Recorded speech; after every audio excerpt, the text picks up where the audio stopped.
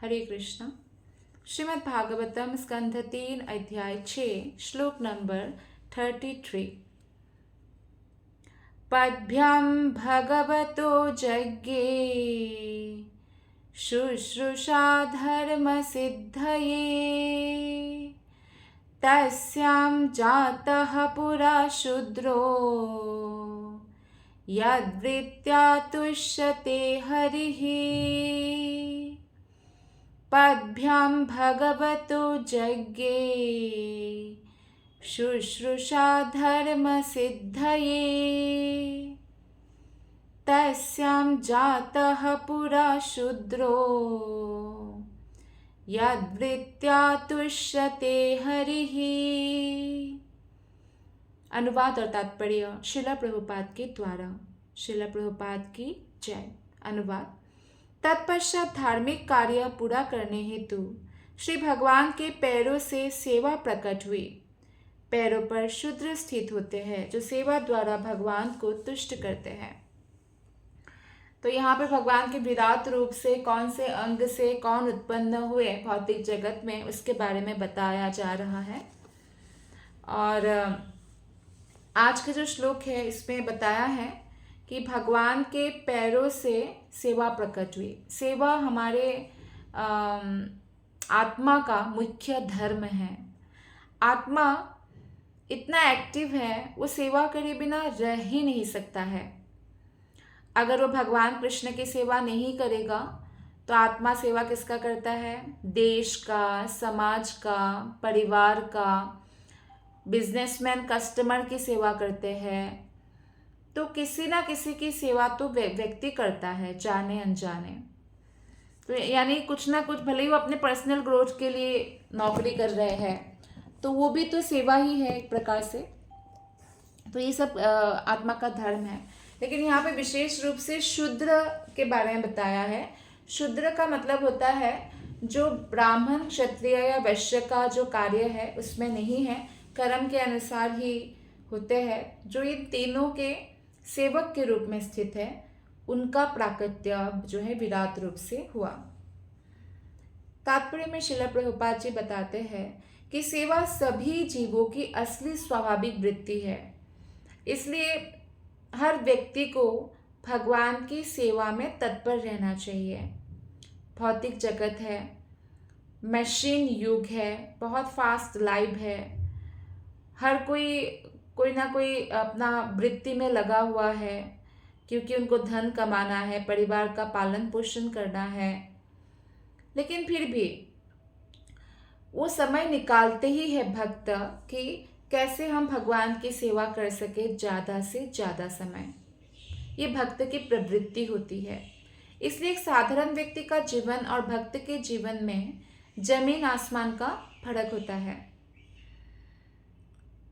कई बार ऐसे बहुत सारे लोग हैं जो पूजा आदि करते हैं, दान आदि करते हैं, लेकिन एक कृष्ण भक्त के जो मन का, अंतःकरण का जो भाव होता है या जो सेवा का भाव होता है वो उसे धारण नहीं कर पाते हैं, क्योंकि वो रजोगुण और तमोगुण से पूरित होकर दान या यज्ञ करते हैं। कई लोग पूजा पाठ या दान यज्ञ सिर्फ दिखावा के लिए या नाम के लिए या समाज के लोग उनको भी सम्मान करे इसके लिए करते हैं। लेकिन भगवान के भक्त कृष्ण की प्रसन्नता के लिए सेवा, यज्ञ, दान आदि करते हैं। तो इसलिए बहुत अंतर है ऑर्डिनरी ह्यूमन बीइंग और एक भक्त में। तो ये सेवा स्वाभाविक वृत्ति है, पर सेवा जो अंतःकरण से जो भावना है, कई लोग रजोगुण में रह के करते, कोई तमोगुण में, कोई सत्वगुण में। तो हमें कृष्ण भावना भावित होकर सेवा करने की प्रवृत्ति विकसित करना चाहिए। जैसे कोई भी वस्तु अगर खरीदता है भक्त, तो वो जानता है कि कृष्ण की संपत्ति है, कृष्ण को ही पहले अर्पित करना चाहिए। तो इस तरह के सेवक भाव हमेशा रहते हैं। इसलिए भक्ति विनोद ठाकुर गाते हैं, जीव कृष्णेर दास ए विश्वास करले तो आर दुख नाय। जीव कृष्णेर दास ए विश्वास कर ले तारा दुख नाय। जीव कृष्ण का दास है, ये विश्वास अगर कर ले तो कोई दुख नहीं रहेगा। वो चिन्मय जगत में प्रवेश करेगा, गोलक धाम में। तो कई सारे आसुरिक प्रवृत्ति के लोग होते हैं जो सेवा भाव नहीं रखते, भगवान से ईर्ष्या करते हैं, भगवान के भक्तों से ईर्ष्या करते हैं, भगवान की निंदा तो करते हैं, भगवान के भक्त की निंदा करते हैं। या कोई भी भक्त भी हो, अगर वो भक्त होके भी ऐसे आसुरिक गुणों को अपनाते हैं, या जैसे कि वैष्णवों की बुराई करना, और बहुत सारे आसुरिक गुण हैं, जो मांस खाना, नशा करना, जुआ खेलना, तो क्या होता है, उसका पतन हो जाता है। सबसे पहले जो भगवान उससे छीनते हैं वो है भक्ति, भगवान के प्रति श्रद्धा। सबसे बड़ा दुर्भाग्य अगर मनुष्य का है वो है भगवान के प्रति हृदय में श्रद्धा नहीं होना। अगर हमसे कोई अपराध हो जाता है ना, तो हम भागवतम पढ़े चाहे भगवत गीता, हम आस्वादन नहीं कर पाते हैं। वो मैकेनिकल होता है, मतलब जैसे कोई काम मैकेनिकल हो, कोई स्वाद ना आए उसमें, आनंद ना आए, वो ऐसा हो जाता है। हरिनाम में भी आनंद नहीं आता है, या हरिनाम जप ही नहीं कर पाते हैं। तो इसलिए हमें बहुत सावधान होना चाहिए, सेवा भाव रखना चाहिए। जीव श्री भगवान की सेवा करने के निमित्त है, और इस सेवा भाव से धार्मिक सिद्धि प्राप्त कर सकते हैं। तो अपने अपने कर्म पर स्थित होकर भी, स्वधर्म दो प्रकार के, एक आत्मा और शरीर का स्वधर्म में भी कोई स्थित हो, अगर भले ही वो कोई भी कार्य करे, लेकिन अगर वो स्थित है और होकर भगवान की भक्ति करते हैं तो परम सिद्धि प्राप्त कर सकते हैं। तो यहाँ पे अध्यात्मवादियों का जो है 3 प्रकार होता है। एक होते हैं ज्ञानी, जो शास्त्रों का अध्ययन करते हैं, ज्ञान अर्जन करते हैं और चिंतन करते रहते हैं। एक होते हैं योगी, जो परमात्मा पर ध्यान करते हैं। और एक होते हैं भक्त, जो भगवान की भक्ति करते हैं। तो इसमें जब तक किसी को परम ज्ञान ना हो जाए कि वासुदेव सर्वमिति, कृष्ण ही सर्वे सर्वा है, तब तक वो ज्ञान पूर्ण नहीं माना जाता है। जैसे कि अगर कोई भगवान श्री कृष्ण से प्रेम करता है तो ऑटोमेटिकली उसका जो है बाकी जीवात्माओं से, भगवान की सृष्टि से, सभी के प्रति कंपैशन डेवलप हो जाता है, प्रेम हो जाता है, और वो सच्चा प्रेम होता है। वो भोग वृत्ति वाला प्रेम नहीं होता है। यहाँ पर स्पष्ट कहा गया है कि सेवा का सिद्धांत धार्मिक विधि को पूरा करने के निमित्त भगवान के पावर से उत्पन्न किया गया था। और ऐसे भी हम जब भी मंदिर जाते हैं तो भगवान के पैरों से हमें दर्शन करना चाहिए, भगवान के मुख तक, और भगवान के चरण कमलों में ही हमारा जो है चिंतन, भगवान का स्मरण रहना चाहिए। क्योंकि कोई भी भक्त जो है वो अपने आप को जानते हैं कि मेरा कॉन्स्टिट्यूशनल पोजीशन है कि मैं कृष्ण का सेवक हूँ, और इसीलिए वो मिथ्या स्वामित्व से या मिथ्या अहंकार से जो है, मिथ्या अहंकार से कभी भी रोगित नहीं होता, मतलब रोगी नहीं हो जाता। ये रोग है कि हम कंट्रोल करेंगे, भगवान कंट्रोलर नहीं है, हम कंट्रोल करेंगे। तो कई लोग हैं जो बहिरंगा शक्ति, जो भगवान की माया शक्ति से भ्रमित होकर अपने आप को भगवान के समान मानते हैं और सोचते थे मैं ही जो है परम कंट्रोल करने वाला हूँ, सब कुछ मैं ही प्लान करूँगा। तो कोई अगर ऐसा है कि वो ब्राह्मण तो बने, जैसे भगवान के विग्रह की पूजा कर रहे हैं, शास्त्रों का अध्ययन कर रहे हैं, लेकिन उनमें कोई सेवा भाव विकसित नहीं हुआ है भगवान के प्रति, भगवान के भक्तों के प्रति, कोई जन कल्याण के प्रति, तो फिर इससे अच्छा है कि वो शुद्र भावना रखे और भगवान की संतुष्टि के लिए कार्य करें। यानी कहने का मतलब है, योग्यता के अनुसार कोई भले ही ब्राह्मण हो, वेदों का अध्ययन करता हो, लेकिन वो भगवान को प्राप्त नहीं कर सकता जबकि भगवान की दिव्य सेवा में संलग्न ना हो। श्लोक नंबर 34। एते वर्णाः स्वधर्मेण यजन्ति स्वगुरुं हरिं श्रद्धयात्मा विशुद्ध्यर्थं यज्जातः सह वृत्तिभिः।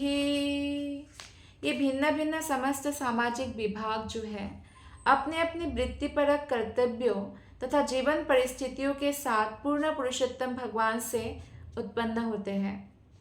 इस तरह अबद्ध जीवन तथा आत्म साक्षात्कार के लिए मनुष्य को गुरु के निर्देश अनुसार परम प्रभु की पूजा करनी होती है।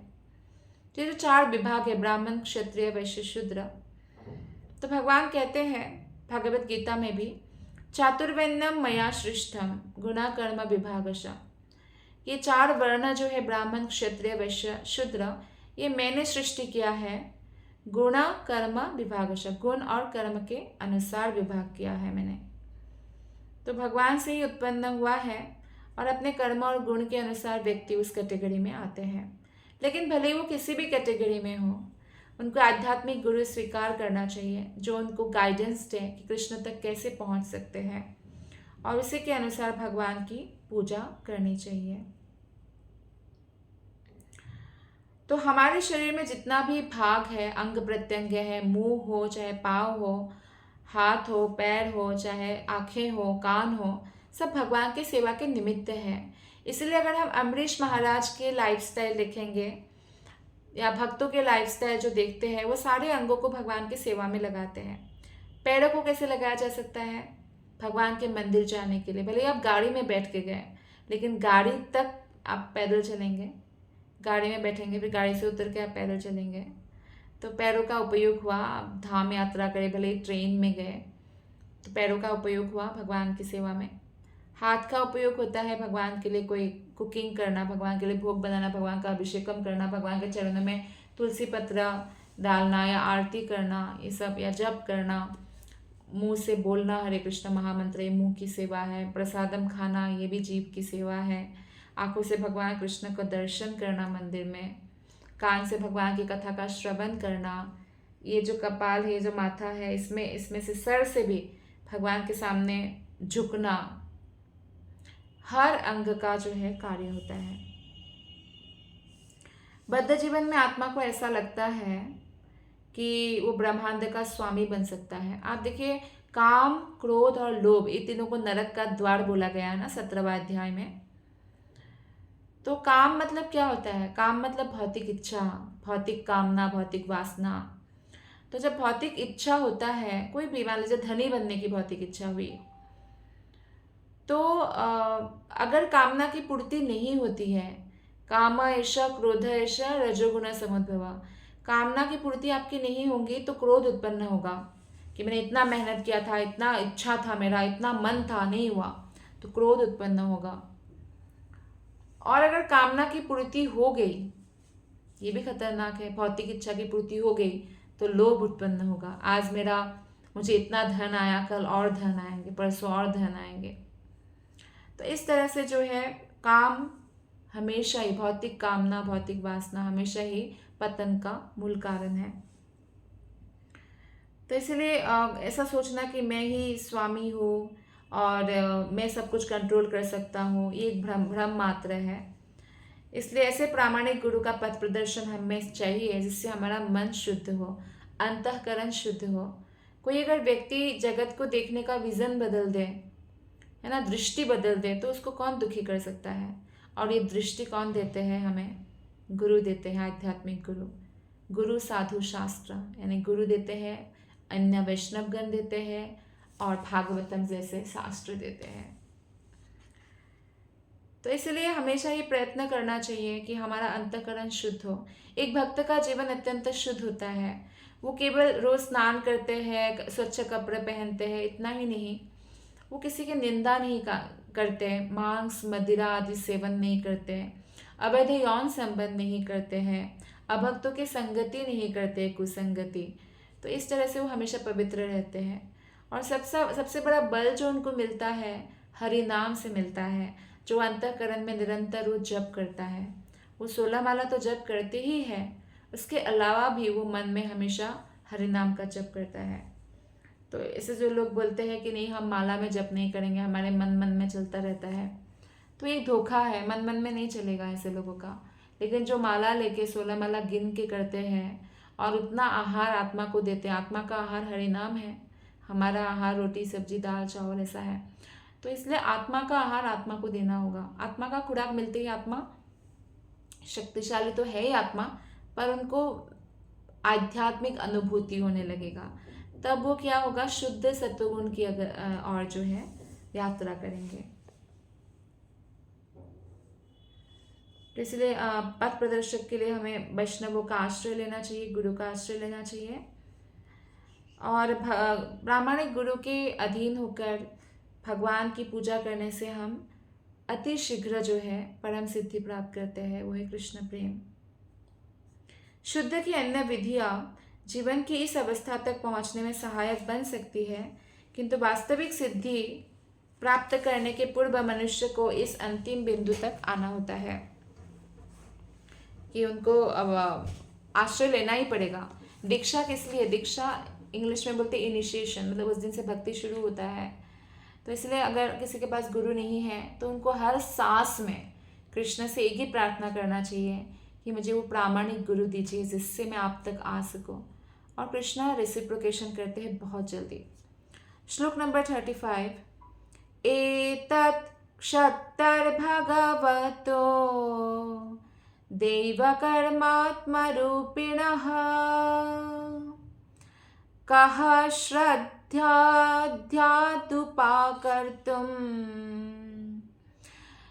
श्रद्धध्यादुपाकर्तुं योगमाया बलोदयम्।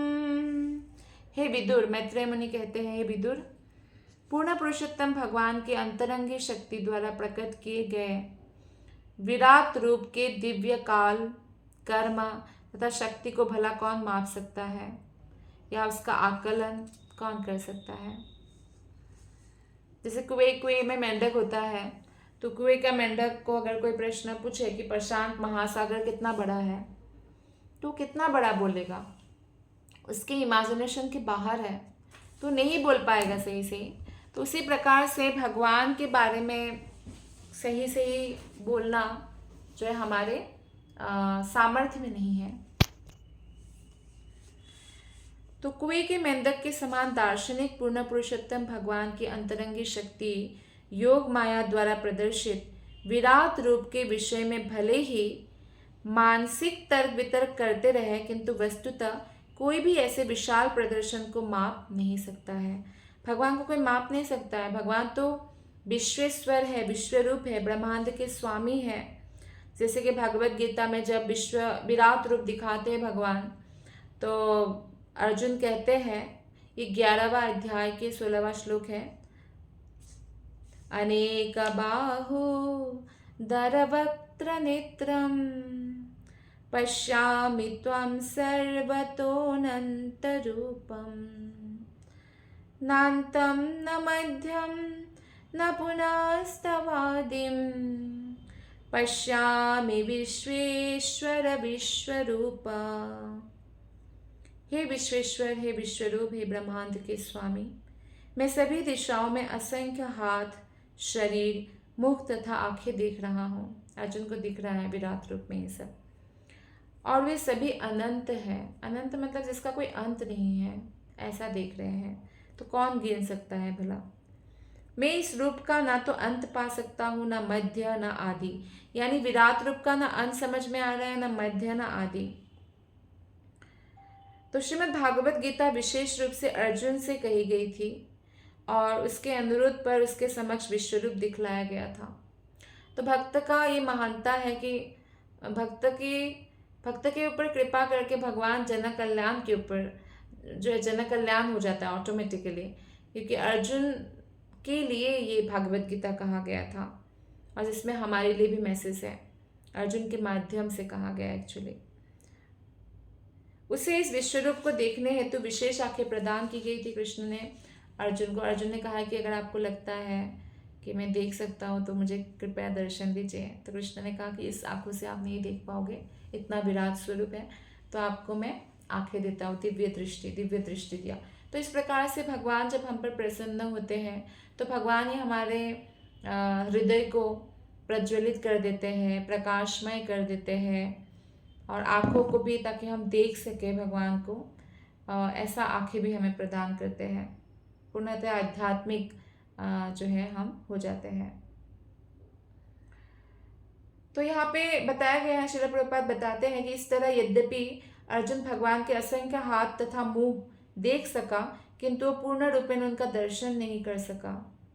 और जब अर्जुन भगवान की शक्ति के माप का अनुमान लगाने में असमर्थ है, अर्जुन ही नहीं समर्थ है, तो हम कैसे भला कर सकते हैं ऐसा। तो अगला श्लोक है श्लोक नंबर 36। तथापि कीर्तयाम्यङ्गा यथा मति यथा श्रुतम् कीर्तिं हरेः स्वांसात् कर्तुं गिरामन्यभिधासतिम्। अपनी असमर्थता के बावजूद मैं अपने गुरु से जो कुछ सुन सका हूँ तथा जितना आत्मसात कर सका हूँ, उसे अब शुद्ध वाणी द्वारा श्री भगवान की महिमा में वर्णन में लगा रहा हूँ, अन्यथा मेरी वाक शक्ति अपवित्र बनी रहेगी। तो बद्धात्मा की शुद्धि के लिए उसकी चेतना की शुद्धि आवश्यक है। आप देखिए, कोई शुद्ध भक्त, प्रभुपाद के शुद्ध भक्त आसुरिक से आसुरिक व्यक्ति को भी भक्त बना सकते हैं, इतने पावरफुल होते हैं।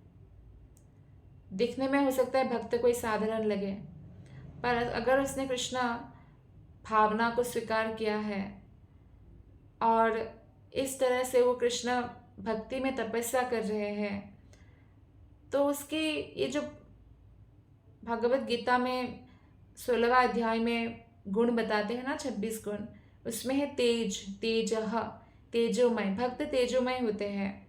दिखने में भले ही वो कैसे भी हो, गोरा, काला, मोटा, पतला, छोटा, कैसा भी हो, लेकिन उनके मुख पर एक दिव्य तेज रहता है। ये उनकी पवित्रता का तेज है, क्योंकि वो कोई भी अपवित्र कार्य में संलग्न नहीं होते और निरंतर भगवान के आश्रय का अनुभव करते हैं। तो इसीलिए बद्धात्मा की शुद्धि के लिए चेतना की शुद्धि आवश्यक है, और चेतना की उपस्थिति से दिव्य आत्मा की उपस्थिति की पुष्टि होती है। अगर हमारे शरीर में चेतना है तो हम आत्मा हैं, और आत्मा के कारण आत्मा हृदय में निवास करते हैं, परमात्मा भी हृदय में निवास करते हैं, और इसी के कारण पूरे शरीर में चेतना है।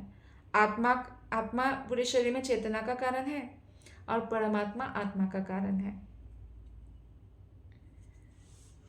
यदि शुद्ध चेतना के कार्यकलापों को रोका जाता है तो निश्चय ही सचेत जीवनी शक्ति अन्य प्रकार से व्यस्त हो जाएगी, क्योंकि जब तक व्यस्त ना हो चेतना का कोई अर्थ नहीं होता।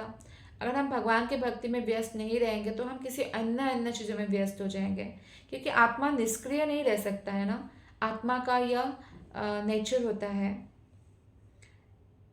तो चेतना क्षण भर भी शांत नहीं रह सकती है,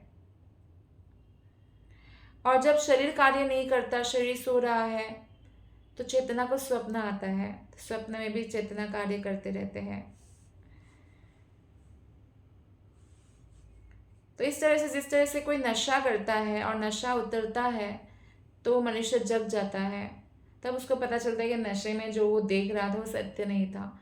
ठीक उसी प्रकार से हमें भौतिक इंद्रिय तृप्ति का जो नशा है, भौतिक इच्छा का जो नशा है, जब वो उतरता है तब हमें सब चीज़ें स्पष्ट दिखाई देने लगता है, आत्मा के लेवल पर दिखाई देने लगता है। और जब तक दिखाई ना दे तो हम भक्ति भी कैसे करें ना। तो ये देखने में हमें मदद करते हैं प्रामाणिक गुरु और वैष्णवगण।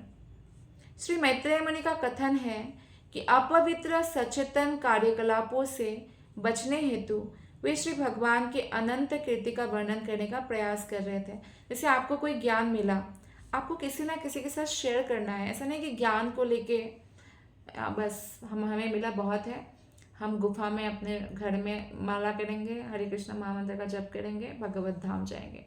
ये तो बहुत सेल्फिशनेस हुआ ना। कुछ चीज़ आपको मिला और इतना परम कल्याणमय चीज़ है और आपने किसी के साथ बांटा ही नहीं।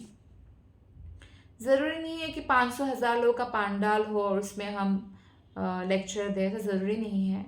हम 1 to 1 बात कर सकते हैं, हमारे आसपास जो श्रद्धालु लोग हैं उनसे बात कर सकते हैं, अन्य भक्तों से बात कर सकते हैं कि हमने क्या श्रवण किया, क्या पढ़ा, कौन सा चीज़ कैसा लगा। कुछ क्वेश्चन हो तो पूछ सकते हैं।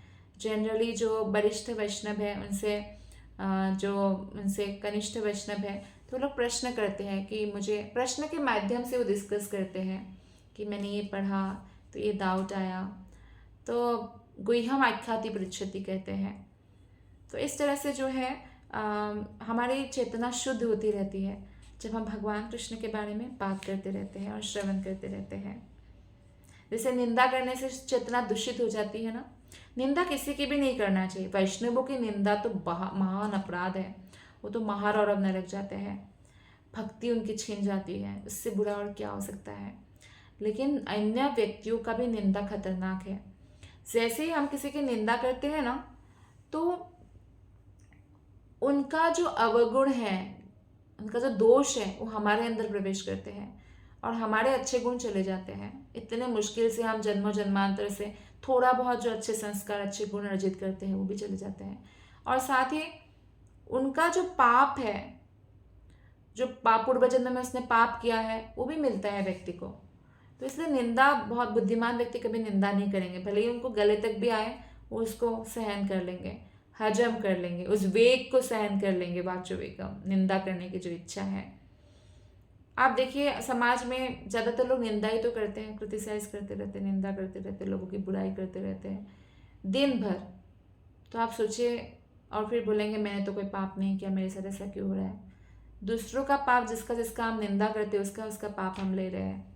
लेकिन हाँ, हमारी कोई निंदा करे तो हमें परवाह करने की ज़रूरत नहीं, लेकिन किसी और की निंदा हमें श्रवण नहीं करना, क्योंकि आपकी निंदा हो रही तो आपका भी पाप एक प्रकार से ट्रांसफ़र हो रहा है। लेकिन इसका मतलब ये नहीं कि हम निंदा करने के लिए लोगों को प्रोवोक करें कि मेरी निंदा करो।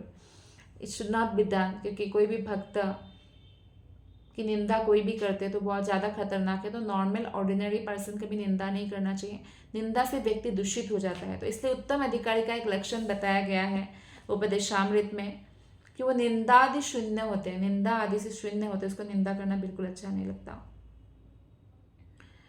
तो इसीलिए मैत्रेय मुनि का क्या कथन है कि हमें कीर्ति, भगवान के गुणानुकीर्तन करना चाहिए। निंदा करने का मन करे, भगवान के गुणानुकीर्तन करे। निंदा करने का मन करे तो कंस की बुराई करे कि कंस ने ऐसा किया, असुर था, रावण ने ऐसा किया राम जी के साथ, हिरण्यकशिपु ने ऐसा किया, हमें यहाँ से ये सीखने को मिला, इस तरह से। तो भगवान की महिमा का वर्णन भले ही हम पूरा ना कर पाए, लेकिन जितना भी हम कर पाए उतना से ही हमारा मन सा वाचा कर्मणा हम पवित्र हो जाएंगे, क्योंकि हमारा मन लगेगा। जैसे आप एक भगवान के बारे में किसी से बात कर रहे हैं तो आपका मन है अभी उसमें लगा हुआ, तभी तो आप बात कर रहे हैं। मन कहीं होगा तो आपके मुंह से कुछ और निकलेगा। तो इसलिए मन से, वचन से, कर्म से हमें भगवान के गुणानुकीर्तन करना चाहिए।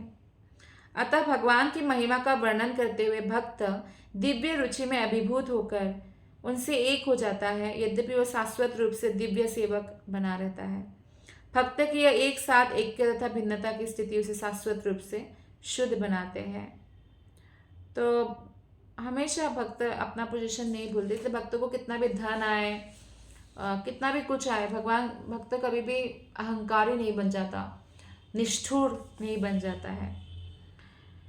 श्लोक नंबर 37। एकांतलाभम वचसोनुपुंसाम् शुश्लोकमौलेर्गुणवादमाहु श्रुतेच्च विद्वाद्भिरुपाकृतायम् कथा सुधायामुपसंप्रयोगम्। मानवता का सर्वोच्च सिद्धिप्रद लाभ पवित्र कर्ता के कार्यकलापों तथा महिमा की चर्चा में प्रवृत्त होना है। यानी इतना साफ लिखा है ना, कितना साफ बोला है भागवतम में कि मानवता का सर्वोच्च सिद्धि किसमें मिलेगा। मानवता का सर्वोच्च सिद्धि भगवान के महिमा गुणानुकीर्तन में, भगवान के श्रवण में मिलेगा, चर्चा करने में। भगवान भगवद गीता में कहते हैं ना कि मेरे भक्त मेरे बारे में बात करते हैं और अत्यंत आस्वादन अनुभव करते हैं, आस्वादन करते हैं उस रस का, जो मधुर रस निकलता है उसमें से। तुष्यंती च रमंती च बोधयंत परस्पर, में दूसरे से मेरे बारे में बात करके। तो ऐसे कार्यकलाप महान विद्वान ऋषियों द्वारा इतनी सुंदरता से लिपिबद्ध हुए हैं कि कान का असली प्रयोजन उनके निकट रहने से ही पूरा हो जाता है। भक्त के आप निकट रहिए, वो हमेशा कृष्ण के बारे में बात करते रहेंगे। भौतिक व्यक्ति के निकट रहिए, वो हमेशा भौतिक जगत के बारे में बात करते रहेंगे। तो ये डिफरेंस है। गुणवादम शब्द बहुत महत्वपूर्ण है यहाँ पे, क्योंकि भगवान के गुण तथा उनके कार्यकलाप एवं उनकी लीलाएं भक्तों की चर्चा के विषय होते हैं। तो इसलिए जीव गोस्वामी निष्कर्ष पर पहुंचते कि भगवान के दिव्य कार्यकलापों से संबंधित कथाएं कैवल्य सुख की दिव्य अनुभूति से परे है।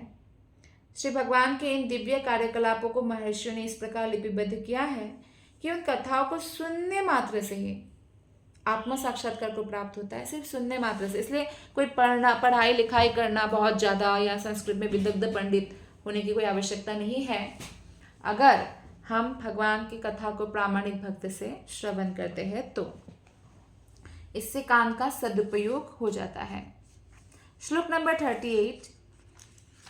आत्मानो वासितो वत्स महिमा का विनादिना संवत्सर सहस्रांते धिया योगा विपक्कया। हे पुत्र, आदि कवि ब्रह्मा 1000 देवी वर्षों तक परिपक्व ध्यान के बाद केवल इतना जान पाए कि श्री भगवान की महिमा अचिंत्य है। ब्रह्मा जी के बारे में बोल रहे हैं ये। 1000 देवी वर्ष, हमारे यहाँ जो 1 साल होता है, देवलोक में 1 दिन होता है, ऐसा 1000 देवी वर्ष। तो बहुत मैच्योर्ड है ब्रह्मा जी, मैच्योर्ड भक्त है, भगवान के 12 महाजनों में से एक है। लेकिन फिर भी वो इतना ही जान पाए। बोला जाता है कि बाकी सभी भक्तों से 12 महाजन भगवान के बारे में थोड़ा ज़्यादा जानते हैं, पर वो भी इतना ही जान पाए कि भगवान की महिमा अचिंत्य है। चिंतन से हम भगवान की महिमा का पार नहीं पा सकते हैं।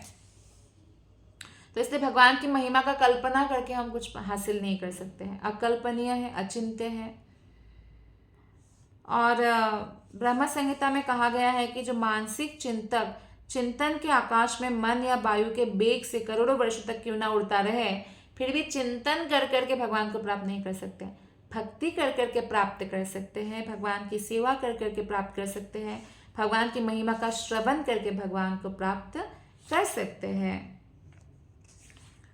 तो श्रीमद् भागवत गीता में 9.14 श्लोक में भगवान कहते हैं, सततम कीर्तयन्तु माम यतन्तच्च दृढ़व्रतः नमस्यन्तच्च मां भक्त्या नित्ययुक्ता उपासते। सततम कीर्तयन्तु माम। कृष्ण ने ये नहीं कहा कि मेरा कीर्तन सिर्फ सुबह शाम करो बस हो गया। सततम, हर समय कीर्तन करना। और इसमें कीर्तन करने का मतलब ये नहीं है कि हर समय जो है आप करताल लेके मृदंग लेके कीर्तन कर रहे हो, तो अच्छी बात है, लेकिन उसके अलावा भी हम कीर्तन 2 प्रकार के होते हैं। एक तो आप जो गा के कीर्तन करते हैं, दूसरा है भगवान के गुणानुकीर्तन, जो कथा हम बात करते हैं भगवान के बारे में, वो भी कीर्तन है। तो महात्माओं द्वारा अपनाई गई इस दिव्य विधि से भगवान के बारे में पर्याप्त ज्ञान हमें प्राप्त हो जाता है, क्योंकि इसी विधि से केवल भगवान को जाना जा सकता है। भगवान कहते हैं भक्त्या माम अभिजानाति, केवल भक्ति से ही मुझे जाना जा सकता है, अन्य कोई उपाय से जाना नहीं जा सकता है, भले कोई कितना कठोर तपस्या करे।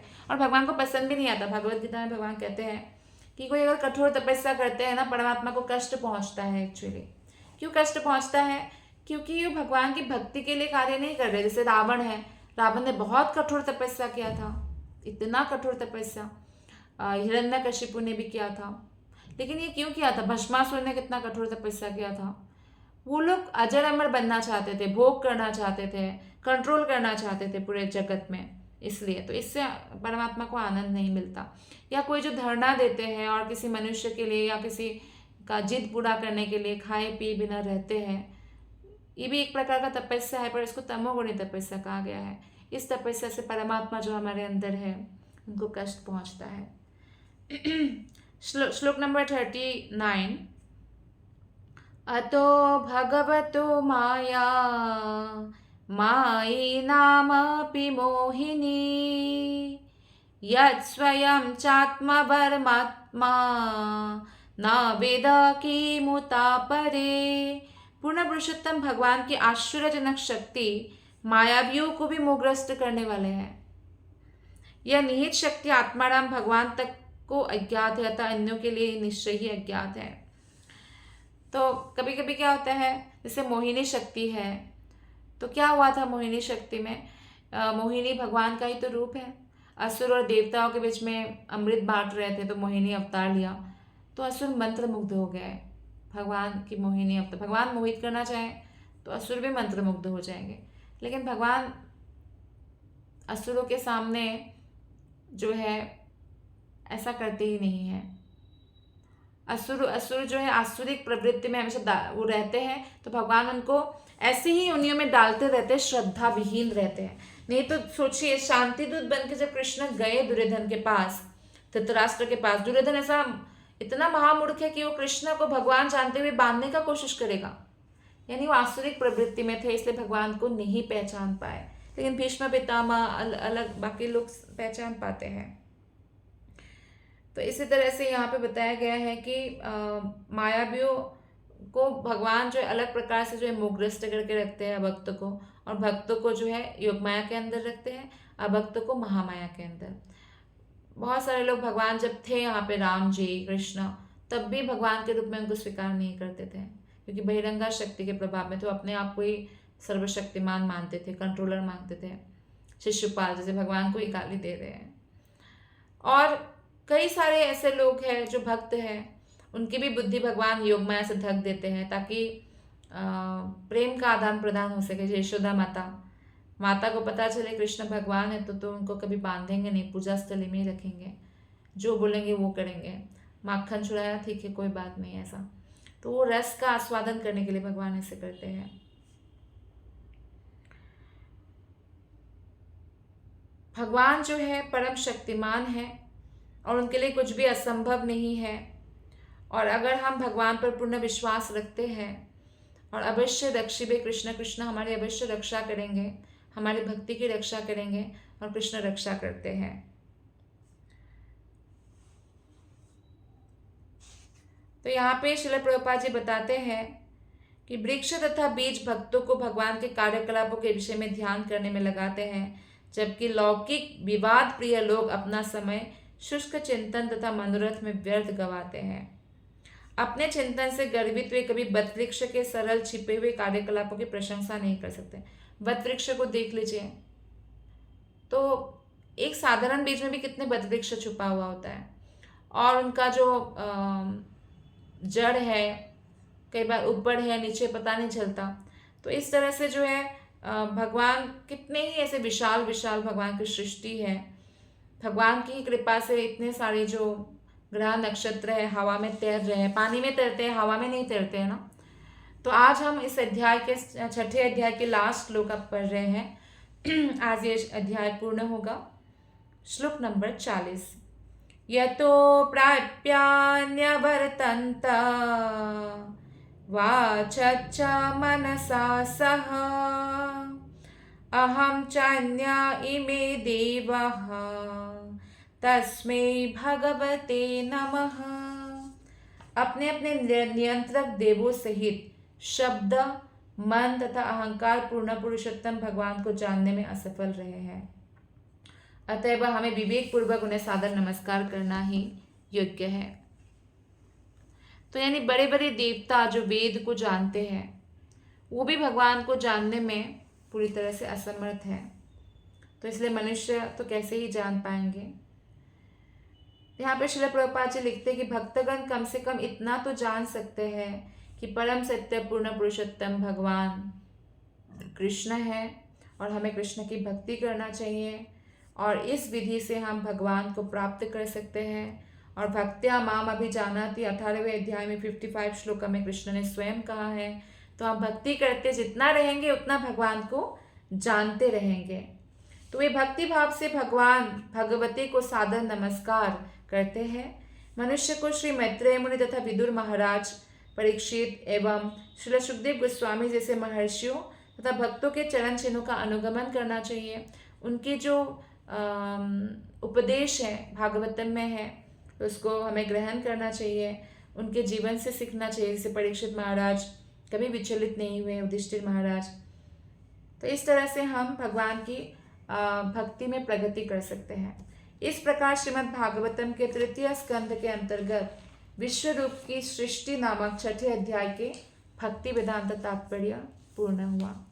ग्रंथराज श्रीमद् भागवतम की जय, श्रील प्रभुपाद की जय, गुरु महाराज की जय, आप सभी वैष्णव भक्त वृंद की जय। आप सबका बहुत बहुत धन्यवाद। हरे कृष्ण।